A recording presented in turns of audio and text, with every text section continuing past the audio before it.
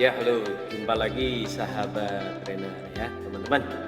Ini luar biasa nih. Kali ini kita bahas teknik humor dengan menggunakan bahasa berwarna. Wah, apa tuh?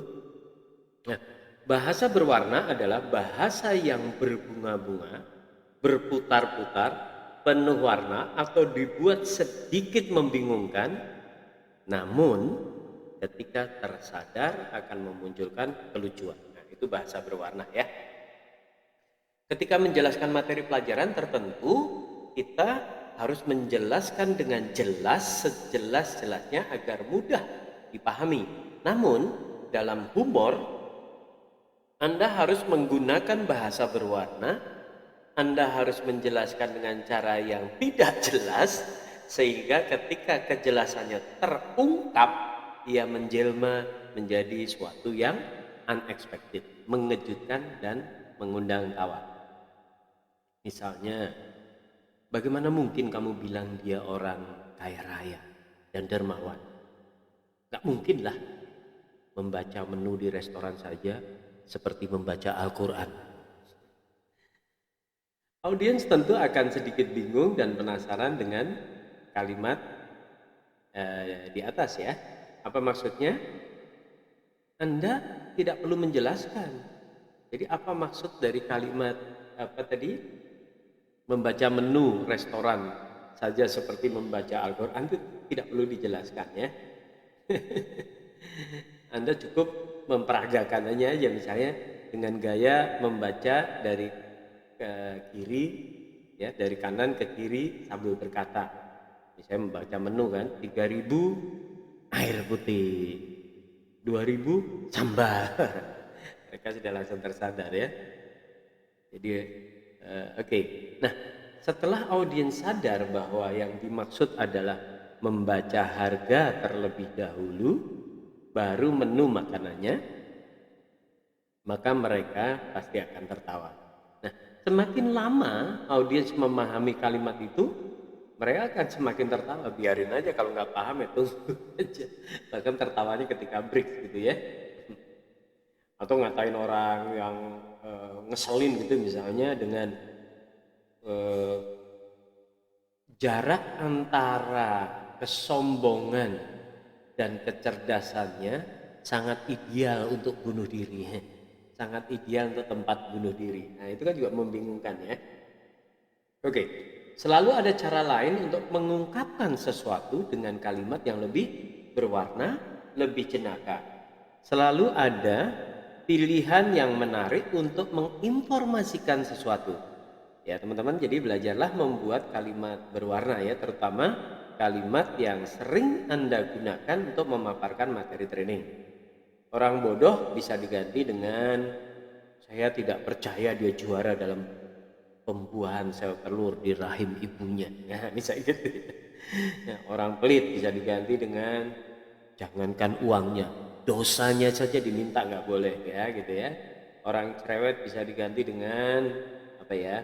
Tolong di play, jangan forward terus. Dulu kalau pita kusut kan gitu ya. Sekarang sudah nggak ada tuh, discontinue tuh kaset ya. Orang lambat bisa diganti dengan ini yang membuat Pak JK gagal jadi presiden. Nah,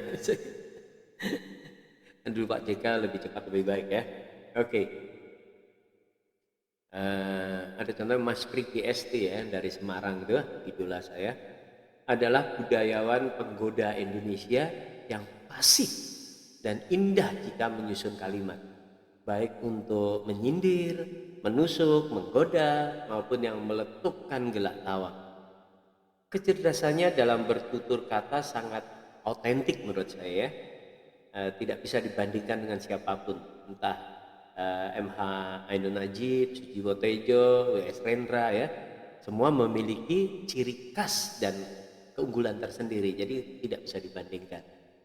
Dalam acara Prigi Eso ya di Sindo TV waktu itu, hostnya Mbak Citra yang cantik berkata gini, Mas Pri ini suka memuji diri sendiri deh. Terus, loh, menunggu pujian orang lain itu lama datangnya. Itu pun kalau datang. Jawaban gitu kan itu susah-susah gampang gitu, nggak mudah loh mengungkapkan kalimat apa seperti itu ya, menemukan apa kalimat yang balasan yang apa istilahnya killer gitu ya. Jawab Mas Pri seperti itu, tangkas dan khas ya. Mari kita cermati gaya humor Mas Pri ini dengan bahasanya yang unik ya. Ketika saya bertanya, apa yang membuat Mas Pri jatuh cinta sama saya? Sebetulnya tidak terlalu tertarik dengan istri saya. Itu jawaban Mas Pri ya. Tentu saja jawaban ini adalah jawaban yang sangat berani ya. Jarang ada suami yang berani bilang seperti itu, apalagi di televisi dan ya yang pastinya ditonton keluarganya, istrinya, anaknya, dan tetangganya. Namun inilah humor ya, humor ya. Semakin mengejutkan, semakin dahsyat hasilnya ya. Jadi syarat humor di awal kan teman-teman ada tiga tuh apa? Berani, jujur dan agak cerdas gitu ya. Jadi memang harus harus berani melempar humor-humor itu ya. Oke. Mas Pri sudah memberi contoh tentang keberanian mengatakan saya sebetulnya tidak terlalu tertarik dengan istri saya. Wah, namun jangan khawatir, ini adalah cara beliau menggoda Indonesia dan menggoda istri tercinta ya. Tentu saya ngerti sebelum istri saya memutuskan, kami saling tahu.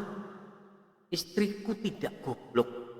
Kalau otak sebagai dagangan dan istriku juga pasti ngerti kalau sejelek-jeleknya suaminya, orang itu cerdas. Cermati itu untayan kalimat yang disampaikan Mas Pri ya, lengkap dengan penggalan dan intonasinya. Anda bisa lihatnya nanti ya di video di bawah, saya coba share lah ya. Pri GS cerdas membuat sentakan logika dan perasaan sehingga memunculkan atau mengkondisikan audiens untuk mendapatkan sesuatu yang unexpected ya. Dengan kata lain, Pri GS ketika membuat humor pandai mengecoh dengan warna bahasanya yang membuat pikiran kita terombang-ambing, kemudian pada akhirnya kita dapat punch atau tonjokan yang menyegarkan. Itu humornya dengan bahasa-bahasa berwarna teman-teman. Jadi warnai bahasa Anda dengan bahasa yang lebih mengecoh gitu ya, dalam tanda kutip, untuk bisa menggiring pikiran audiens pada sesuatu lalu jebak dengan hal yang mengejutkan ya. Misalnya, aku mencintaimu bukan karena kecantikanmu, aku mencintaimu bukan karena kamu anak orang kaya, aku mencintaimu bukan karena kamu baik dan soleha. Terus karena apa mas? Karena semuanya. Itu kan mengecoh ya. Baik teman-teman, inilah teknik bahasa berwarna.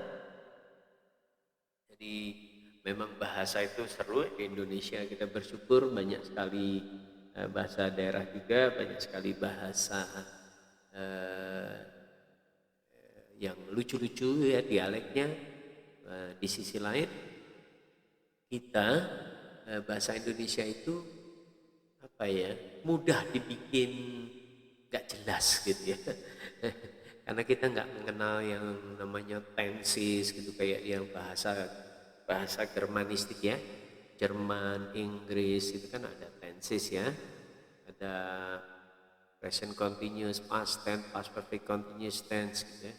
Bahkan kalau di bahasa Jerman ada datif, akusatif gitu. Jadi agak sulit membuat bahasa-bahasa bersayap kayak bahasa Indonesia kan.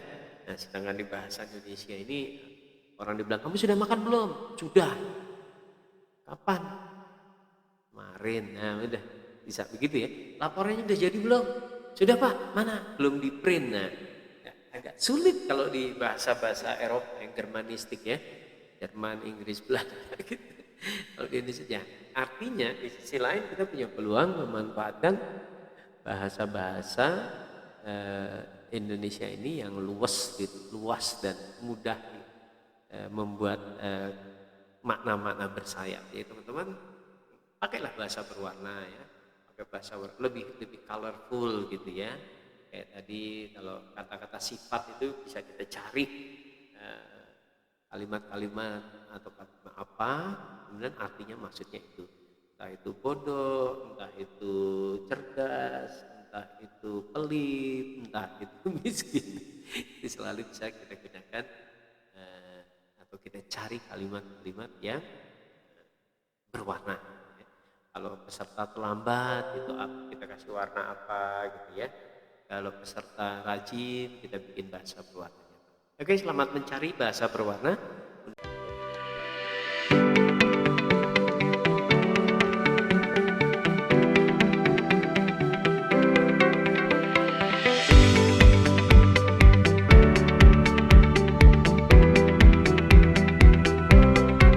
Terus belajar, terus mengajar.